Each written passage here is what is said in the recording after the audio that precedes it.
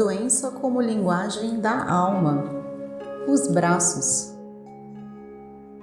Nossos braços subdividem-se em braço e antebraço, ligados pela articulação do cotovelo. Os braços simbolizam a energia e a força. São, por assim dizer, nossas forças armadas pessoais. Os jovens apontam para seus bíceps, os músculos que dobram os braços quando demonstram sua força para impressionar. Tornamo-nos capazes de manipular por meio dos antebraços, já que neles estão todos os músculos que permitem os movimentos das mãos. Os cotovelos, articulações em forma de dobradiça, colocam em jogo aquelas possibilidades de alavanca por meio das quais podemos apanhar tudo aquilo que cobiçamos. Ter braços longos simboliza exercer grande influência. Pressionar uma alavanca mais longa significa também ter mais poder. Além disso, eles refletem também nossa capacidade de resistência. Assim, nossas extremidades superiores mostram nossa força, nossa flexibilidade e nossa mobilidade no trato com o mundo, como tomamos nossas vidas nas mãos e vamos ao encontro de outras pessoas. O âmbito interpessoal torna-se especialmente acessível por meio deles, já que são os tentáculos que estendemos em direção ao mundo e seus habitantes. Hermann Weyler relaciona os braços com a pobreza. Arm, braço. Armut, pobreza. Partindo da serenidade como postura espiritual inata, ele vê a pobreza surgir quando saímos da serenidade. Portanto, o ânimo dos braços torna-se símbolo de pobreza espiritual. Braços saudáveis são proporcionais ao corpo e neste quadro são tanto vigorosos como flexíveis, confiáveis e móveis, fortes e suaves. Eles podem fechar-se violentamente e abraçar com ternura, reter e manter distante do corpo, ser generosos e também agarrar com decisão. Podem agarrar os outros sob os braços quando precisam de ajuda e também ficar imóveis enquanto alguém morre de fome. Quando não se leva alguém a sério, pode-se, em vez disso, tomá-lo nos braços e fazê-lo regredir à etapa infantil. Caso os braços não correspondam a esse ideal, há nisso uma declaração sobre seu proprietário. Além de sua força e poder, braços pesados e musculosos mostram, entre outras coisas, uma certa lentidão e falta de flexibilidade. Pode ser que lhes falte o sentido para as sutilezas e também, às vezes, tato. Eles dão uma impressão bruta e grosseira e, especialmente no andar, balançam de modo algo acanhado e, além disso, desajeitado. Os proprietários dão a impressão de que eles mesmos não se dão conta dessas poderosas ferramentas, mas pode ser também que eles deem peso a seu peso, especialmente quando se esforçaram tanto para que inchassem de forma tão impressionante. As correspondentes massas de músculos dos halterofilistas deveriam ser vistas da mesma maneira que os ombros respectivos. O polo oposto é formado por braços fracos, como que atrasados em seu desenvolvimento. Eles expressam a falta de capacidade para abraçar e apoderar-se da vida. Partindo de uma sensação de impotência, eles mal estão em condições de segurar aquilo de que precisam, perseverar naquilo que lhes é importante e manter distante de si aquilo que não suportam. A partir disso, Wilhelm Reich deduz que a vida de tais pessoas destaca-se pela falta de iniciativa. É frequente que a ela se somem mãos frias, acentuando quão pouco caloroso e afetuoso é o contato dos afetados com o mundo. Braços finos e fortes, que lembram as patas de uma aranha, revelam um ser que estende a mão para aquilo que quer, que talvez seja até mesmo impertinente, mas que também muitas vezes suporta problemas. Há neles a tendência à rigidez e a falta de flexibilidade e de habilidade pode tornar-se evidente. Lembrando pinças, eles tendem a aproveitar as oportunidades e muitas vezes também a apropriação. Movimentos ternos, flexíveis e suaves lhes são, na verdade, estranhos. Braços gordos e fracos atuam de maneira desajeitada e até mesmo desastrada. Eles têm um jeito indolente e deixam entrever pouca mobilidade e alegria de viver. Seu próprio peso lhes é demasiado, assim como a carga da vida. Eles custam a se pôr em movimento e deixam a desejar quanto a dinamismo, força e também flexibilidade. Problemas dos braços. Fraturas dos braços. Um braço quebrado simboliza uma relação rompida com o mundo. Perdeu-se o controle da vida. Não se pode mais agarrar nem apoiar nada. Não se pode mais trazer o mundo a si, nem participar das atividades normais. A pessoa está incapacitada para agir. Caso o braço direito seja afetado, não se pode nem mesmo assinar o próprio nome e é preciso resignar-se, o que é o mesmo que retirar a própria assinatura da vida. Em algumas culturas antigas, quebrava-se ou amputava-se o braço dos ladrões. Dessa maneira, eles eram total ou temporariamente forçados a abdicar de seu ofício. Os ladrões designam a invasão de uma casa como quebrar. Em economia, uma quebra é algo igualmente fatal. Nada mesmo se alguém é roubado direta ou indiretamente através da quebra das cotações. Sempre trata-se de uma continuidade até então confiável que se rompe abrupta e dolorosamente. Nas fraturas, a tarefa a ser aprendida consiste em interromper conscientemente o padrão de vida empreendido. Com o veredicto de incapacitado para agir, o sintoma estabelece a moldura externa. O braço que cai fora é significativo, o direito com o qual abrimos caminho ou o que pede, o esquerdo. Ao mergulhar no repouso receitado, devem resultar indicações de como no futuro a alternância poderia introduzir-se na vida sob a forma de tensão e relaxamento. A evolução do acontecimento que levou à fratura representa a lição a ser aprendida sob a forma física, não liberada. Um movimento inusual ou exagerado em sua extensão eleva a tensão de forma dramática até que o relaxamento volta a estabelecer-se quando o osso cede. Tais acontecimentos são igualmente pensáveis e concretamente têm mais lógica em sentido figurado. À parte os desvios da lei das alavancas, o grosso das fraturas de braço ocorrem devido a quedas. Estas compõem, em geral, a maior parte dos acidentes. A queda nos põe em contato com uma problemática humana primordial, a queda da unidade paradisíaca na polaridade. Outras culturas utilizam outras imagens, mas nenhuma escapa desse padrão primordial da rejeição de seu Criador por parte do homem e de sua queda final. Na antiguidade, a híbris, a rebelião do homem contra Deus, era considerada o único pecado. O homem precisava assumi-la caso quisesse percorrer o caminho do desenvolvimento.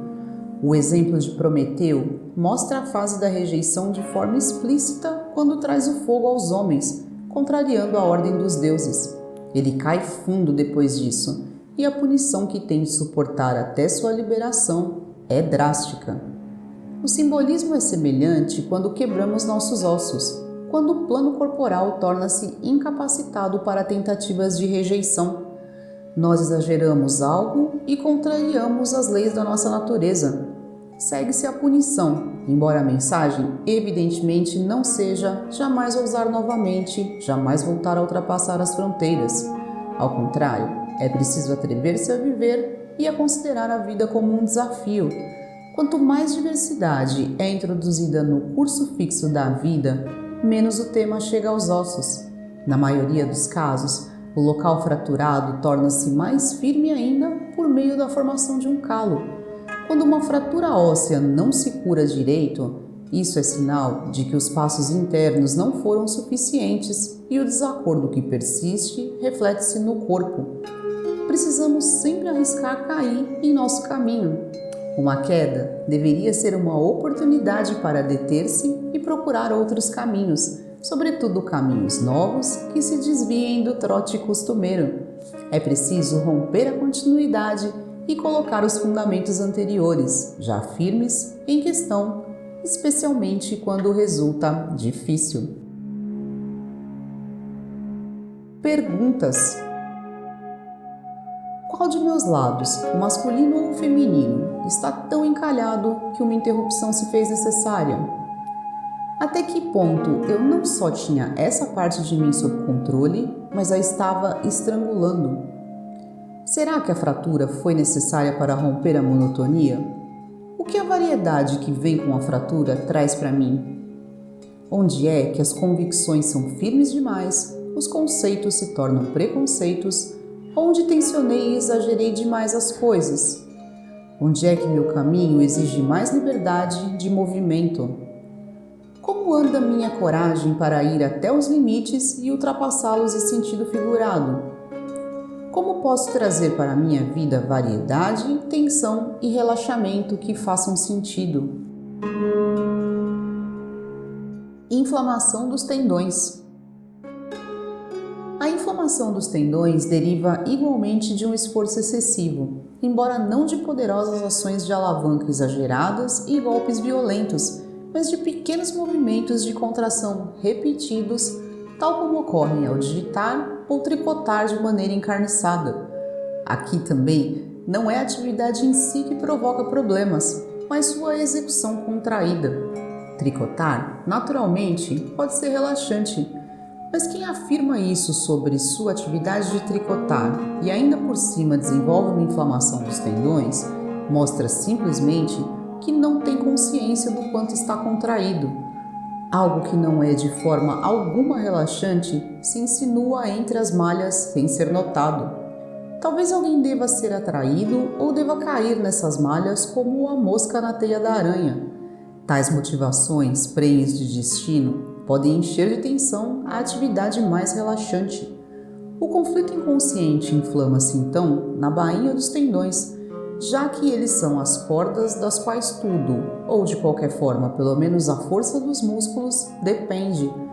Em vez de suportar a força modestamente, eles provocam dificuldades e, com gritos de dor, forçam um descanso para si e para seus proprietários, uma pausa para a meditação. Toda terapia desembocará no repouso, seja pela razão no momento oportuno ou mais tarde, pelo gesso. A lição oculta, no entanto, somente tem o repouso como objetivo superficial. A partir dele seria necessário que se desenvolvesse a consciência da dolorosa situação. Os pacientes deveriam tornar-se tão conscientes de sua atividade a ponto de reconhecer o sentido mais profundo e as intenções com ele relacionadas. Os músculos contraídos revelam resistência. É preciso descobrir contra que esta se dirige. O forte atrito causado pela resistência pode ser sentido e quase que ouvido na sensibilidade dolorosa da inflamação consumada na bainha dos tendões. O tendão, sob a tensão e a dor, praticamente rasga a bainha que o envolve. Toda a flexibilidade é eliminada em prol de um esforço fatigante, segundo o lema "agora sim". Sempre há, portanto, um certo encarniçamento na inflamação da bainha do tendão. É preciso morder os dentes para ignorar os sinais de advertência que podem ser sentidos com nitidez, ir em frente e mergulhar no sintoma totalmente desencadeado. Os panos de fundo podem variar. Naturalmente, nem sempre se trata de um pullover que deve ficar pronto rapidamente. Essa situação é típica unicamente porque expressa o conflito entre o desejo consciente de eficiência e a conclusão do trabalho e a resistência inconsciente em relação à obra. A bainha dos tendões também pode incorrer em conflitos candentes com outros trabalhos manuais, tais como a datilografia. As ocupações mencionadas têm em comum a monotonia dos movimentos, que não são cansativos ou esgotadores em si, e a resistência não admitida que se encarna e ao mesmo tempo se esconde na bainha dos tendões. Não se trata de nenhuma grande resistência perigosa com tendência a sair dando golpes. Esta deveria mostrar-se nos músculos dos braços, mas de uma resistência constante, bem escondida na bainha dos tendões, que também se oculta habilmente, em sentido figurado, por trás de racionalizações tais como: mas eu gosto tanto de fazê-lo para ele ou para as crianças e, na verdade, eu só o faço por amor. É possível, embora difícil, executar por amor ou amizade uma atividade monótona que não gera nenhuma alegria e que, no fundo do coração, deixa insatisfeito. Fazer com entrega algo mortalmente aborrecido é quase impossível com o pensamento objetivo dirigido a uma meta determinada. Isso somente funciona momentaneamente como entrega ritual. O problema se torna especialmente nítido quando a inflamação surge em atividades que não se saem bem na avaliação geral, onde tricotado pela própria pessoa é sinônimo de falta de elegância. Não é de admirar que isso não produza nenhuma satisfação profunda. Quem datilografa o que o outro pensou precisa ter uma profunda identificação com essa pessoa para sentir-se bem com esse trabalho alienado. É frequente que em tais atividades desenvolvam-se resistências que solapam a motivação. Em vez de continuar fazendo-o como até então, uma verdadeira prevenção em relação à inflamação da bainha dos tendões seria esclarecer seu comportamento em relação a essa atividade. Tratar de fazer uma pausa quando for o caso, antes da pausa forçada pelo gesso, mudar o trabalho ou a postura em relação a ele. Perguntas. Como anda meu coração em relação à minha atividade? Que objetivos tensos eu persigo em segredo com ela? Que motivação, no fundo, tricota, datilografa ou atua em conjunto? Quão encarniçadamente eu persigo intenções secretas? O que tenho secretamente contra meu trabalho? De onde vem minha resistência? A que se relaciona exatamente? Em que medida ela tem a ver com a valoração geral do meu trabalho? Não me considero capaz de mais atividades com mais responsabilidade? Como me relaciono com a monotonia? Posso ver também seu aspecto ritual ou somente a estupidez? O cotovelo. Com seu auxílio podemos trazer o mundo até nós e nele abrir caminho aos socos. É a alavanca clássica com a qual colocamos todas as alavancas em movimento, com a qual afastamos os outros de nós ou os atraímos carinhosamente. Alguns trabalham com ligaduras tão duras que desenvolvem uma couraça de escamas nos cotovelos. A psoríase tem aqui um de seus lugares de aparição mais frequentes. Não é raro que ela comece a partir desse lugar. As superfícies endurecidas são uma espécie de cotoveleira portadora de conflitos. As peças de vestuário com reforços nesses pontos, seja de fabricação ou depois de se desgastarem, mostram o quanto elas podem ser necessárias. Abrir caminho com a ajuda dos cotovelos é uma expressão bastante comum em várias línguas ocidentais. O sintoma amplamente difundido do braço de tenista está baseado em um esforço excessivo provocado pela utilização imprópria como alavanca. É um exemplo clássico da existência paralela e simultânea do impulso de golpear e da inibição do golpe. A raquete, sendo uma extensão do braço, aumenta enormemente a força da alavanca. Então, quando se joga em uma postura tensa, talvez sob muita pressão para obter resultados ou com ambição emperrada, a articulação da alavanca é forçada e o comunica por meio da dor. Em si, todo o necessário voltaria ao bom caminho com isso. Um cotovelo dolorido contrapõe-se a continuar jogando e providencia a necessária pausa para a meditação, durante a qual o jogador pode testar suas razões profundas para tais movimentos excessivos.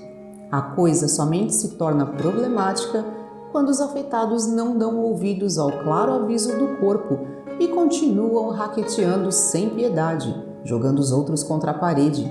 A lição a ser aprendida seria entender a ideia do jogo e jogar de maneira esportiva. Aquilo que se falou sobre o cotovelo de tenista não vale, naturalmente, só para o tênis, mas para todas as situações análogas correspondentes. Mesmo quem nunca segurou uma raquete de tênis nas mãos pode sofrer desse mal. Perguntas.